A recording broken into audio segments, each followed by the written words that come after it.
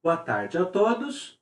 Hoje vamos iniciar um ciclo de conversas sobre a poesia chinesa, desde o livro das odes clássicas, coletadas por Confúcio, até a poesia contemporânea.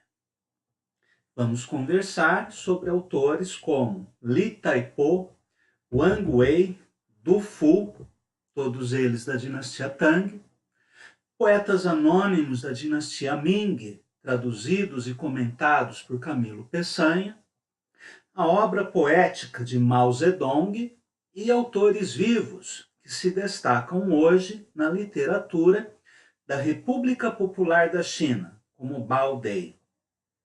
Esta é uma das literaturas mais antigas do mundo, que nos fascina por sua beleza, sutileza e mistério. Pelo estranhamento causado por sua escrita ideográfica e pela extrema modernidade de uma poesia que já nasceu intersemiótica, associada ao canto, à caligrafia e à pintura. Pois bem, a literatura clássica chinesa surgiu em meados do século VI, com obras filosóficas, poéticas, registros históricos e obras sobre a etiqueta cerimonial atribuídas a dois grandes sábios, Confúcio e Laozi, contemporâneos dos filósofos gregos da era pré-socrática. Laozi é autor de uma única obra, Tao Te Ching, ou Dao De Jing, coleção de 81 poemas metafísicos que abordam a natureza do Tao, o absoluto, que é a origem de todas as coisas, e o caminho que leva à harmonia entre o homem, o céu e a terra. São textos enigmáticos, cifrados, que Laozi, um bibliotecário da corte, teria escrito a pedido de um guarda de fronteira, quando o sábio chinês viajava, montado em um búfalo, para algum lugar distante da agitação do mundo. O livro de Laozi é a base da filosofia taoísta, que influenciou as artes e a cultura da China até hoje, inclusive as práticas da medicina tradicional, da astrologia e das artes marciais internas, como o Tai Chi Chuan. Já Confúcio é considerado o compilador dos 5 livros clássicos, que são o Livro das Mutações, ou I Ching, o Clássico da História, ou Clássico dos Documentos, o Clássico da Poesia, ou Livro das Odes, que é este livro, traduzido em português pelo padre Joaquim Guerra. Este livro foi publicado em Macau. Existe também uma tradução integral em inglês, realizada por Ezra Pound. O Clássico dos Ritos e os Anais de Primavera e Outono. Por mais de 2000 anos, estes livros foram obras de referência na sociedade, no governo, na religião e na literatura da China. Os 5 clássicos foram ensinados nas escolas desde 136 a.C., durante a dinastia Han, quando o confucionismo se tornou a ideologia de Estado na China, até princípios do século XX, quando a Revolução Socialista Chinesa criou novos paradigmas culturais. O domínio dos textos clássicos era exigido de qualquer cidadão chinês que desejasse conquistar um emprego na burocracia governamental, através dos exames imperiais. O acesso à administração pública, por meio de concursos, permitiu a ascensão social de pessoas nascidas em camadas mais pobres, numa sociedade, numa mobilidade social antes impossível numa sociedade rigidamente dividida em castas.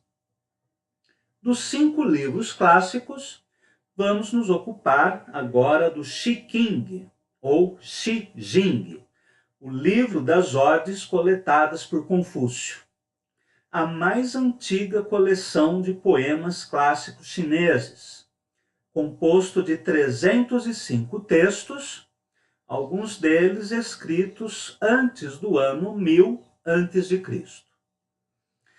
A palavra Shi, em chinês, significa poesia, ode, canto, enquanto Xing, Jing ou Qing significa livro clássico. Os poemas reunidos neste livro, muitos deles antigas canções populares, são de autoria anônima e tratam de temas como o amor, o casamento, o trabalho, o vinho e a guerra. Há também hinos utilizados em rituais de sacrifício e canções entoadas em banquetes. Conforme escreve Leonardo Frois, encontramos também no Shi Qing odes de exaltação a dinastias, denúncias políticas de difamação, versos que registram festejos, caçadas, proezas de guerreiros heróicos ou, em número relativo altamente expressivo, baladas e lamentos de amor.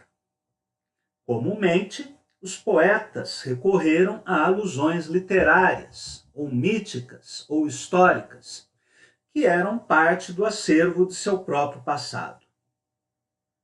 A tendência da poesia chinesa de autorreferenciar-se criou um patrimônio de imagens que dificulta em muito a tradução, mas que, na língua de origem, de tanto ser repetido em variações infinitas, tornou-se de entendimento geral.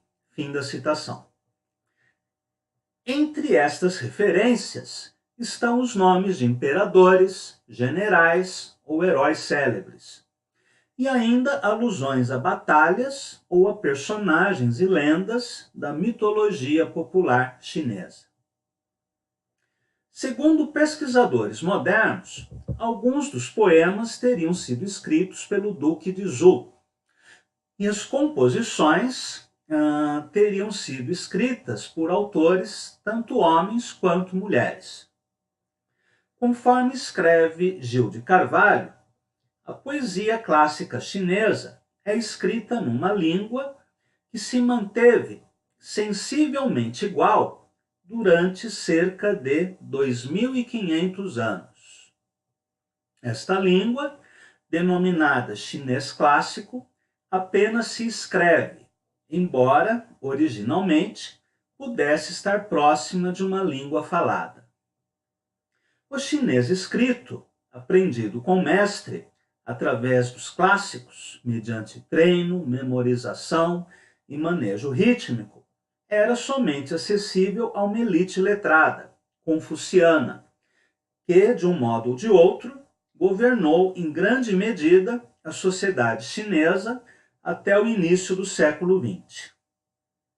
Língua difícil, altamente estilizada, elíptica, mas que é um chamamento do concreto a cada lapso, tão boa para se exprimir em poesia, que vai, no entanto, fazer-se num poema que é caracteristicamente acessível, comum, na brevidade que podemos entender como um traço da língua. O chamamento ao concreto, referido pelo autor, diz respeito ao fato de que os ideogramas, em sua origem, são desenhos abreviados de coisas, como árvores, animais ou outros seres e objetos.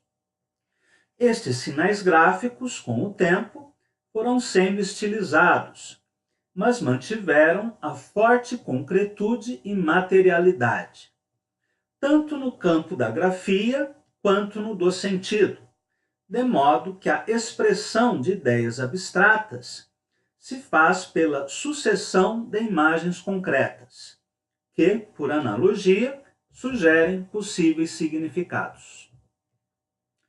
O cineasta soviético Sergei Eisenstein, atento ao princípio da montagem na escrita chinesa e japonesa, que considera o cinema antes do cinema, fornece alguns exemplos dessa escrita analógica no ensaio O Princípio Cinematográfico e o Ideograma.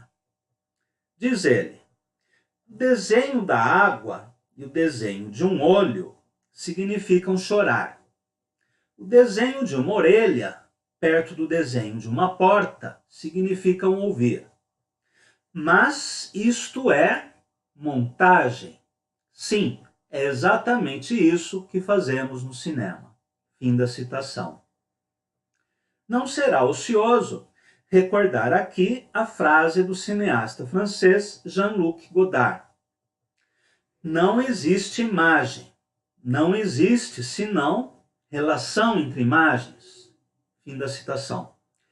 Fórmula que pode ser aplicada tanto à montagem cinematográfica, comparação realizada anteriormente por Eisenstein, colocada em prática em filmes como Outubro, A Greve, Encouraçado Pochonki, quanto ao processo de aglutinação de signos na escrita ideográfica.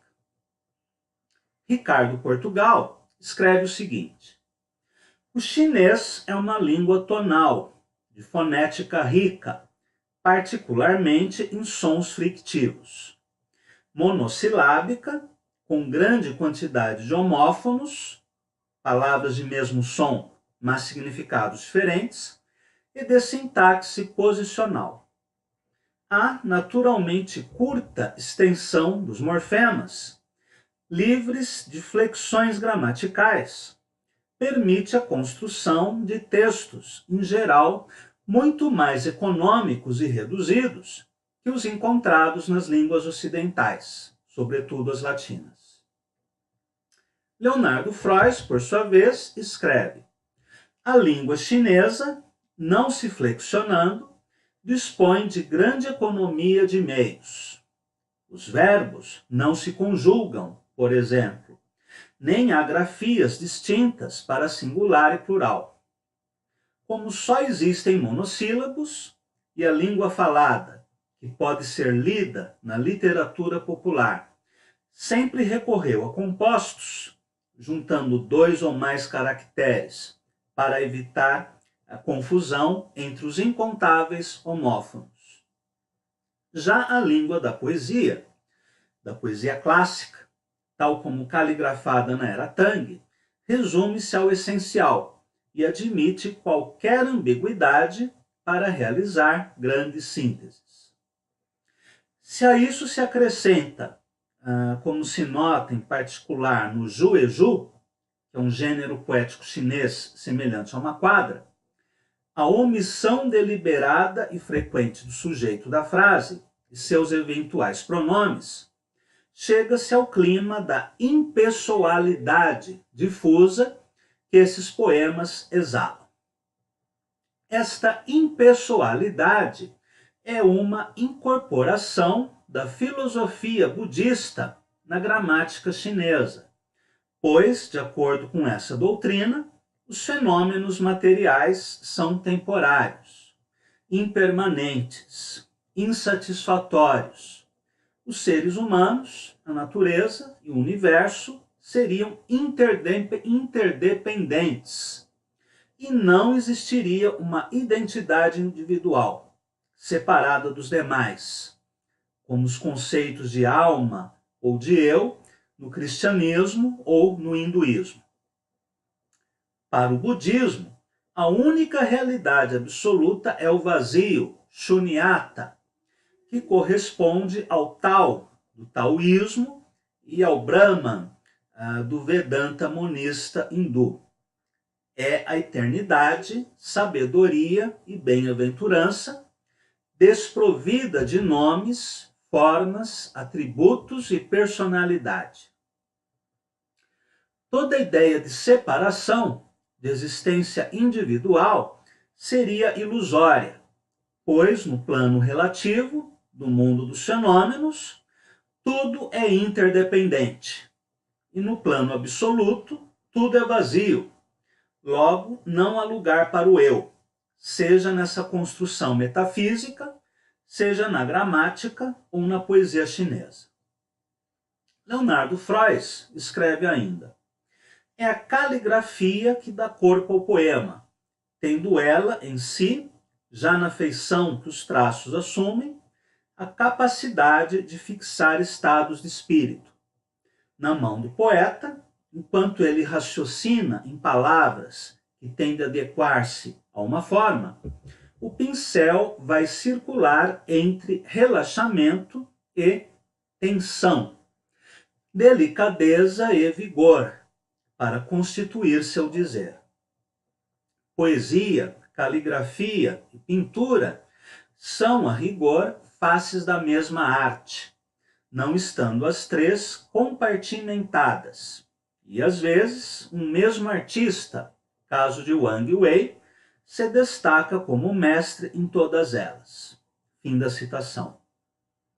A poesia clássica chinesa, portanto, é uma arte que tem origem no canto, mas que, pelo grafismo dos ideogramas e pela caligrafia, tornou-se uma realização plástica. Vamos ler agora algumas traduções da antologia clássica definida por Confúcio, começando por uma tradução realizada por Augusto de Campos, da Ode número 274. Essa tradução está incluída no livro ABC da Literatura, de Ezra Pound.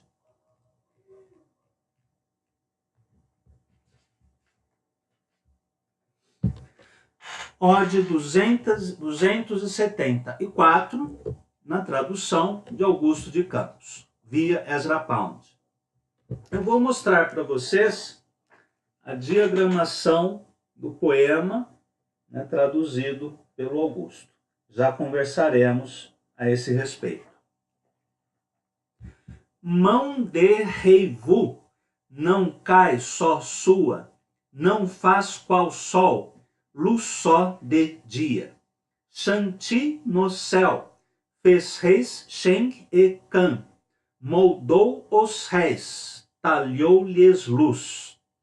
Gongo, flauta, soam, tantã no tom, som do bom grão. Se ouve então, quem faz, faz bem, quem não tem fim, um dom do chão, vem com o grão.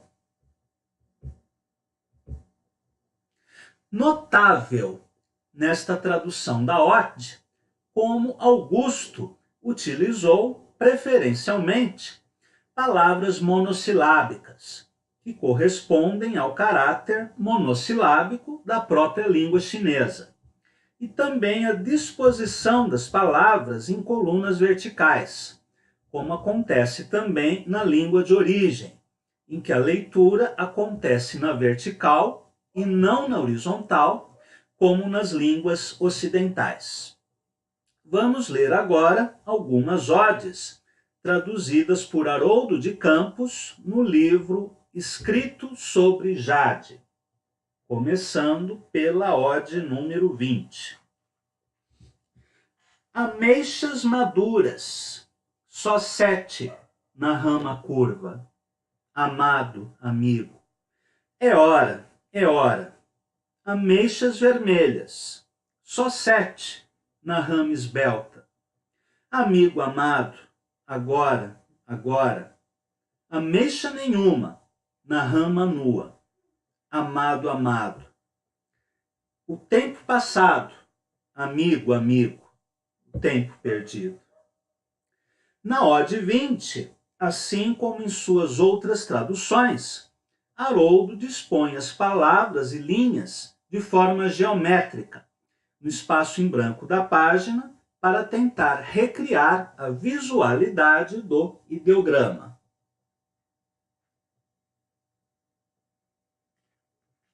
Como vocês podem ver aqui.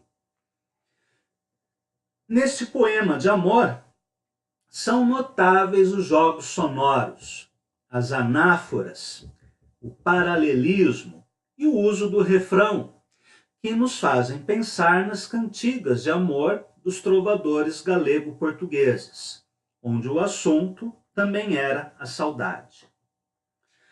Já a Ode 42 diz assim: Moça bela, azul serena, polpa de cedro, junto ao muro das armas, junto à esquina erma, a espero e não vejo, desespero, ando a esmo.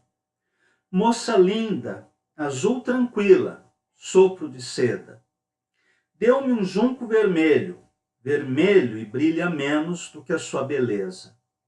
Traz-me do campo talos claros, verde raros, louvar, louvara, primeiro a dela, beleza rara. Este poema também trata do assunto da separação da mulher amada,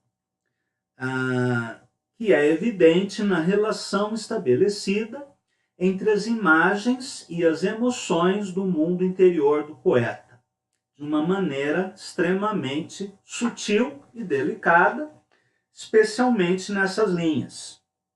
Deu-me um junco vermelho, vermelho e brilha menos do que a sua beleza. Traz-me do campo talos claros, verde raros. Louvar, louvara, primeiro a dela, beleza rara.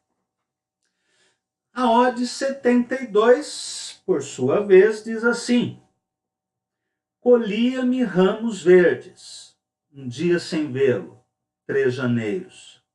Colhia-me ramos de ouro, um dia sem vê-lo, 3 outonos. Colhia-me ramos tenros, um dia e não tê-lo, 3 anos inteiros. Esta é a ode mais paralelística do conjunto, pois todas as estrofes são iniciadas por um verso que se mantém quase inalterado com a mudança de uma única palavra.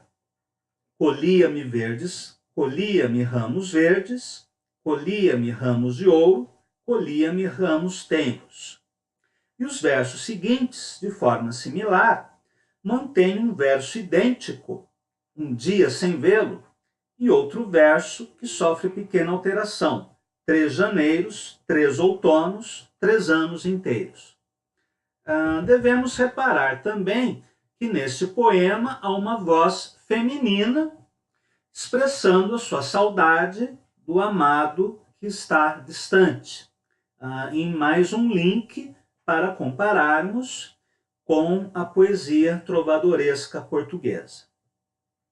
Por fim, na Ode 93, temos um minucioso trabalho de artesanato estético realizado por Haroldo de Campos, que evidencia a musicalidade, a plasticidade, a metaforização, as fraturas sintáticas e o tom emocional do poema. A tradução do Haroldo diz assim: Moças como nuvem na porta este, como nuvem e este, coração resiste. Lenço de seda cinza, veste de seda simples, só ela para mim, tambor e símbolos, existe. Moças como junco na porta de ameias, como junco e junto, o coração desdenha. Pano de cor garança, veste de seda branca, só ela me deixa, vermelho garança, tremer de beleza. Pois bem, meus amigos, hoje ficamos por aqui e na próxima aula conversaremos sobre os poetas da dinastia Tang. Grato a todos pela presença e até lá!